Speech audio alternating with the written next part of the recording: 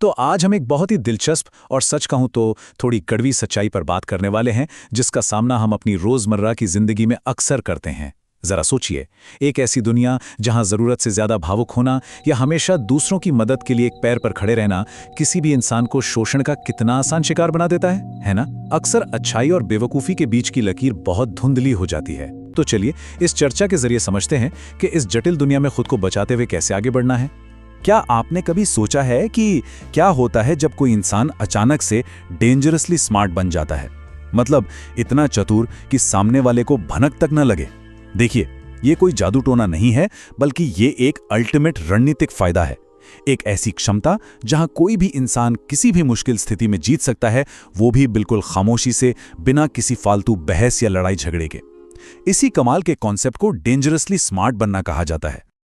और यही एंट्री होती है निकोलो मैकियावेली के उस मशहूर फलसफे की। उन्होंने कहा था, दुनिया को वैसी ही देखिए जैसी वो सच में है, न कि जैसी आप उसे देखना चाहते हैं। सुनने में शायद थोड़ा कठोर लग सकता है, लेकिन ये कोई नेगेटिव सोच नहीं है। ये असल में एक बहुत ही यथार्थवादी या कहें रियलिस्टिक टूलकिट है। इसका सीधा सा मकसद एक इंसान को अच्छा बनाए रखना है, लेकिन कुछ इस तरह कि कोई भी उसे बेवकूफ ना बना सके। तो आइए अपनी इस प्लेबुक के पहले हिस्से की ओर बढ़ते हैं। भाग 1, बचाओ, जहां हम बात करेंगे भरोसे और अपनी गोपनीयता की। अक्सर क्या होता है, कोई हमारे सामने 2-4 मीठी बातें करता है, थोड़ी सी तारीफ कर देता है और हम तुरंत उस पर अंधा भरोसा कर लेते हैं, है ना? लेकिन ध्यान दीजिए, ये असल में मैनिपुलेशन का एक बहुत बड़ा हिस्सा हो सकता है। हमारा पहला नियम यही सिखाता है कि रणनीतिक रूप से भावनाओं में बहने के बजाय अपने ऑब्जर्वेशन यानी अवलोकन पर निर्भर रहना बहुत जरूरी है।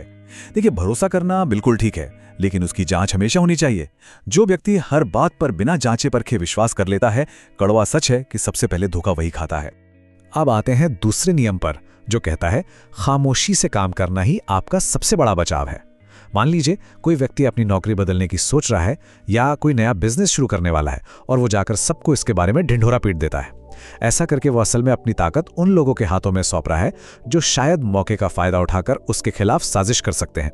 स्मार्ट लोग कभी बेवजह शोर नहीं करते, वे बिल्कुल खामोशी से अपनी योजना बनाते हैं। भ्रमित लोग बस दूसरों की बातों पर प्रतिक्रिया देते हैं, लेकिन जो अपने नियंत्रण में होता है, असली राज वही करता है। आगे बढ़ते हैं दूसरे भाग की तरफ, ताकत, यानी आपकी छवि और लोगों की नजरों में आपका सम्मान। इस तीसरे नियम को समझने के लिए जरा ऑफिस के बॉस वाले इस बेहतरीन उदाहरण को देखिए। यहां 3 तरह के बॉस हैं। पहला, एक बहुत ही दोस्ताना बॉस जिसे सब अक्सर हल्के में ले लेते हैं। दूसरा, एक बहुत सख्त बॉस जिसके खिलाफ हमेशा पीठ पीछे कोई ना कोई साजिश चलती रहती है। और तीसरा, एक निष्पक्ष और बिल्कुल शांत बॉस। इस तीसरे बॉस का लोग दिल से सम्मान भी करते हैं और उससे फालतू में उलझने से डरते भी हैं। डर और सम्मान के बीच का ये सही बैलेंस बनाना ही किसी व्यक्ति को सच में शक्तिशाली बनाता है। इंसान की असली इज्जत उसकी बड़ी बड़ी बातों से नहीं, बल्कि उसके तय किए गए स्टैंडर्ड्स से होती है। नियम नंबर 4 काफी अहम है, कमजोरी को छुपाना और अपना आत्मविश्वास दिखाना। देखिए, यह समाज हमेशा उस छवि पर रिएक्ट करता है जो कोई व्यक्ति दुनिया के सामने पेश करता है। अगर कोई अपना कंफ्यूजन या अपनी कमजोरी सबके सामने उजागर कर देता है, तो वो तुरंत दूसरों के लिए एक बहुत ही आसान टारगेट बन जाता है। आपके अंदर चाहे कितनी भी उथल पुथल क्यों ना मची हो, बाहर से बिल्कुल शांत और अपने नियंत्रण में दिखना, ये एक बहुत ही गहरी रणनीतिक समझ का हिस्सा है। अब बात करते हैं भाग 3 की, हमारी आक्रामक रणनीति, जहां हम लोगों की छुपी हुई चाहतों को डिकोड करेंगे। नियम नंबर 5 इंसान के बर्ताव की एक बहुत गहरी सच्चाई सामने लाता है। सच कहूं तो लोग अपने शब्दों से नहीं, अपनी अंदरूनी चाहतों से चलते हैं। जो इंसान हमेशा बहुत ज्यादा दिखावा करता है ना, वो असल में अपनी इनसिक्योरिटी या असुरक्षा को छुपा रहा होता है। वहीं जो हर बात पर जी हजूरी करता है या सहमति जताता है, उसे असल में दूसरों से वैलिडेशन चाहिए होता है। और जो इंसान हर बातचीत में हावी होने की कोशिश करता है, वो पूरी तरह से सत्ता का भूखा होता है। लोगों के ये बाहरी एक्शंस अक्सर उनके अंदर के खालीपन पर पर्दा डालते हैं। चलिए इसे एक केस स्टडी से और अच्छे से समझते हैं। सोशल मीडिया का वो भ्रम तो आपने देखा ही होगा, नकली लग्जरी वाली तस्वीरें। ऐसे लोग असल में वैलिडेशन के बहुत भूखे होते हैं। अब एक रणनीतिक इंसान कभी उनसे बहस करके उन्हें एक्सपोज नहीं करता। इसके बजाय वो बहुत चतुराई से उनकी उस वैलिडेशन की जरूरत को पूरा कर देता है, उनकी थोड़ी सी तारीफ कर देता है और बस फिर वो व्यक्ति स्वाभाविक रूप से उसकी हर बात ध्यान से सुनने लगता है। इसका एक और बड़ा ही प्रैक्टिकल उदाहरण है ऑफिस का कोई स्वार्थी सहकर्मी। मतलब ऐसे इंसान को आप वफादारी या इमोशंस के नाम पर तो मना ही नहीं कर सकते, लेकिन अगर उसे ये दिखा दिया जाए कि किसी काम को करने में उसका अपना कोई बड़ा व्यक्तिगत फायदा छुपा है, तो वो खुशी खुशी उस काम को करने के लिए तैयार हो जाएगा।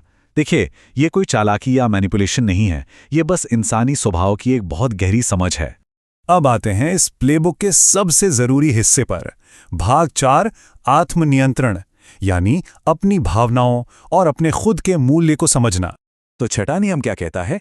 यह बिल्कुल साफ है। जब भी कोई इंसान भावुक होता है या बहुत गुस्से में होता है, तो वो तार्किक होकर सोचता नहीं है, बस रिएक्ट करता है।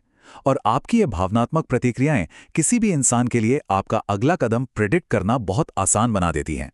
जो लोग आपको उकसाना चाहते हैं, वो बस आपकी इसी कमजोरी का इंतजार करते हैं ताकि वो आप पर अपना नियंत्रण हासिल कर सकें। तो सवाल यह है कि अगर कोई जानबूझकर अपमान करे या उकसाएं, तो क्या करें? इसके लिए एक बहुत ही सॉलिड रणनीतिक प्रक्रिया है। कदम 1, तुरंत रुकें। कदम 2, चीजों को देखें और ऑब्जर्व करें।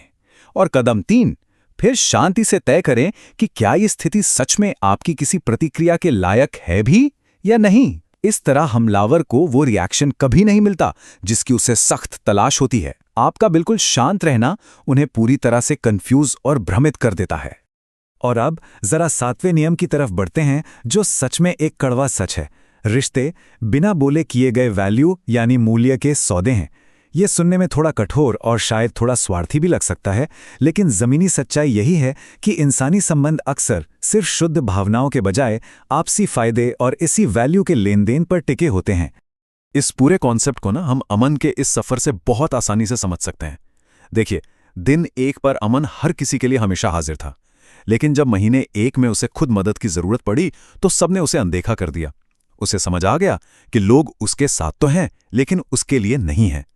फिर महीने 2 में उसने अपनी सीमाएं या बाउंड्रीज तय की, अपनी उपलब्धता को थोड़ा कम किया, और महीने 3 तक आते आते उसने वापस सबका सम्मान हासिल कर लिया। ये सफर उसके लिए थोड़ा दर्दनाक जरूर था, लेकिन यह बदलाव बेहद जरूरी था। तो अमन की इस पूरी कहानी का बस एक ही सार है, अपनी उपलब्धता, अपनी अवेलेबिलिटी को कभी भी इतना सस्ता मत बनाइए। दूसरों को सम्मान देना और उनकी वैल्यू करना बहुत अच्छी बात है, लेकिन खुद को इतना आसान और हमेशा उपलब्ध नहीं बना लेना चाहिए कि कोई भी आपका शोषण कर ले।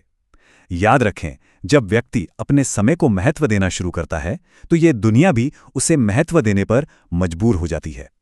तो अब हम पहुंच चुके हैं हमारे अंतिम भाग पर, अंतिम रणनीति, इस पूरे खेल की समझ।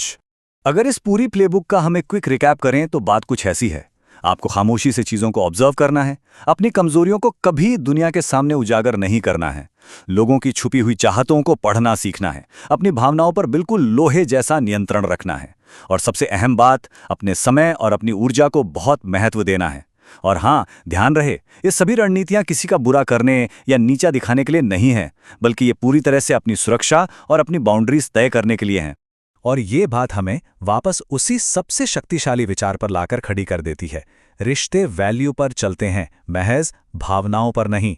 इस यथार्थवादी सच्चाई को समय रहते समझ लेना ही असली स्मार्टनेस है। यही वो चीज है जो किसी भी व्यक्ति को गलत लोगों पर अपना कीमती समय और ऊर्जा बर्बाद करने से बचाती है।